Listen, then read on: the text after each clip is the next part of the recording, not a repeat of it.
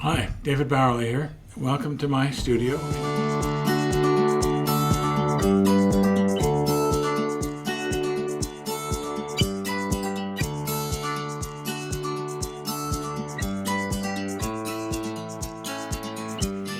Today I'm just going to go over an intro to staining wood. Just think of it like if you've got a stain on your shirt, it's adding color to something. And so we're staining wood, we're coloring wood. And there's a lot of different ways of doing it. I'm just going to explain the ones that I use and I'm familiar with. And so I use oil-based products primarily. And so I use a lot of, there are in the ones that you can purchase in a paint store or hardware store, you're going to be able to get a penetrating stain or a wiping stain. Penetrating stains, they do go in a little bit farther.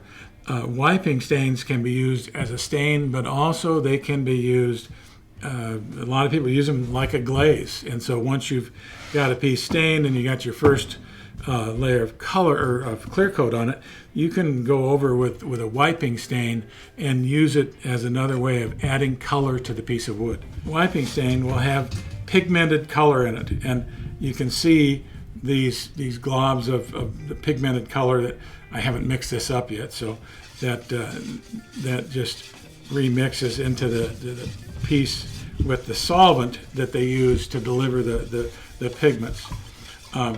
Penetrating stains most often have a dye in them.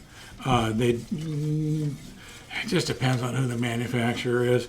I prefer wiping stains that have a dye in them, but a lot of them do have pigmented colorations in them too. And so those are ones that people can usually purchase in the big box stores, etc.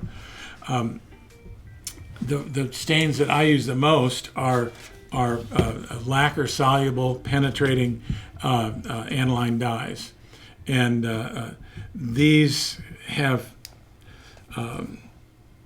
great penetration and holding in wood, and so these also I spray lacquer, so these can also be added to lacquer to add a layer of color after you've got your clear coats going on. So there's another type of if you can follow me over here, Dave, of stains you can use, and these are a powdered stain color that can be dissolved in a couple of various different mediums, water, denatured alcohol. They can be done in methanol or in lacquer thinner. A water-soluble dye is probably the most stable color you can put into wood.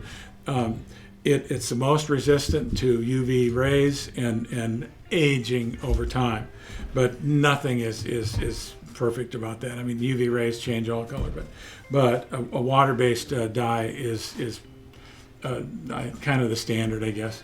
And I have all these other aniline powder dyes that I've used over the years, and I really like them. So the main thing is you can have control over the color you want to apply to the wood.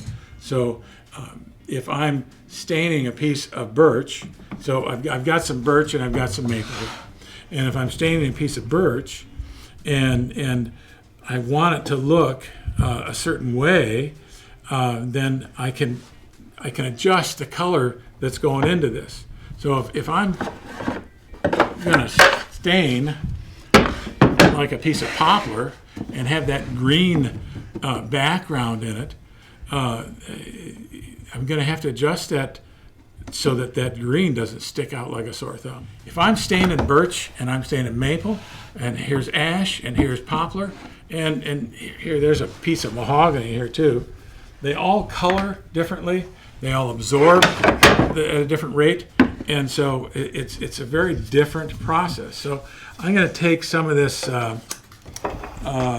penetrating stain here, and I'm going to stain several different pieces of wood and show you what happens, because this is a stain base that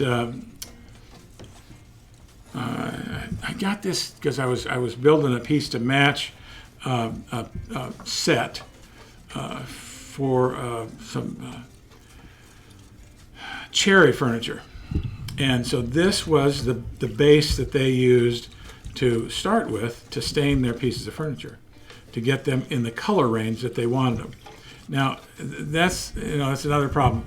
If you're a do-it-yourselfer and you're doing this in your garage or your tiny little shop or your basement or wherever, you're competing against a piece of furniture, especially anything made after World War II, that was done in a factory, and they added color by staining the piece, but also they added color with glazes and with adding color to their lacquer that they were spraying on. And so it added a very different look than what you can achieve because you don't have the professional setup for it. So you got to recognize that and adjust your expectations of what you're going to end up with. So I'm going to just go ahead and stain several of these pieces with the same color stain, and we'll see what happens. So this is a piece of birch.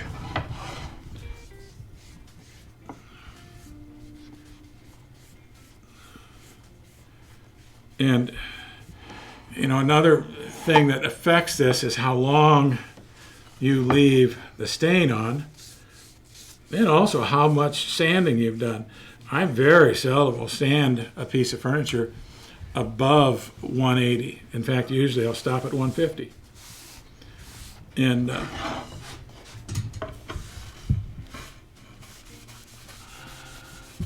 so there's the same stain on a piece of birch and on a piece of maple. This is the maple. So let's do it on a piece of ash and on this mahogany. This mahogany will really show up different. So this is some new ash, new wood. The trees are much younger. They're not as old. They've grown incredibly fast, and so they will look very different than aged pieces.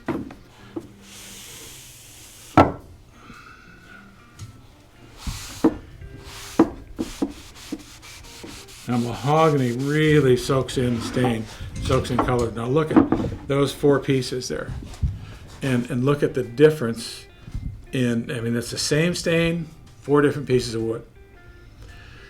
Now, the one thing about this stain is it doesn't leave laps. It doesn't leave, because a lot of times with especially with the aniline dye, you have to be really careful how you're putting it on so it doesn't lap and leave lines and show where you've gone over it with your stain.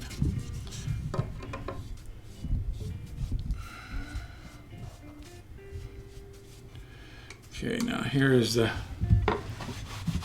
poplar, and look, that's the same stain on 5 different species of wood. And so it's one thing is, experiment a lot, and rather than going with the names that they come up with for a can of stain, whether it's rich mahogany or dark red mahogany, think in terms of the color at the base of it. And so most mahoganies are going to have red in them, but it's much easier to think in terms of color and then think, well, what color do I need to add to this to get where I want to go? And you can always make something darker. It's not very easy to make something lighter. Usually that's a death nail. You end up having to sand or bleach. So, that's just a starter, a primer on giving you some base of knowledge about stains and how they work. I would, rather than a big box store, I'd try and find a paint store that's smaller and has some people in it that actually know what the hell they're talking about, and that you can talk to them about about what your project is, what you want to achieve, and what color direction you want to go in. You can usually get pretty good guidance if you've got good people that know what they're doing. So, hi, David Bowerly signing off here. And if you learned something, if you got questions, or even if you've got an idea for a future topic, just subscribe below. Thanks.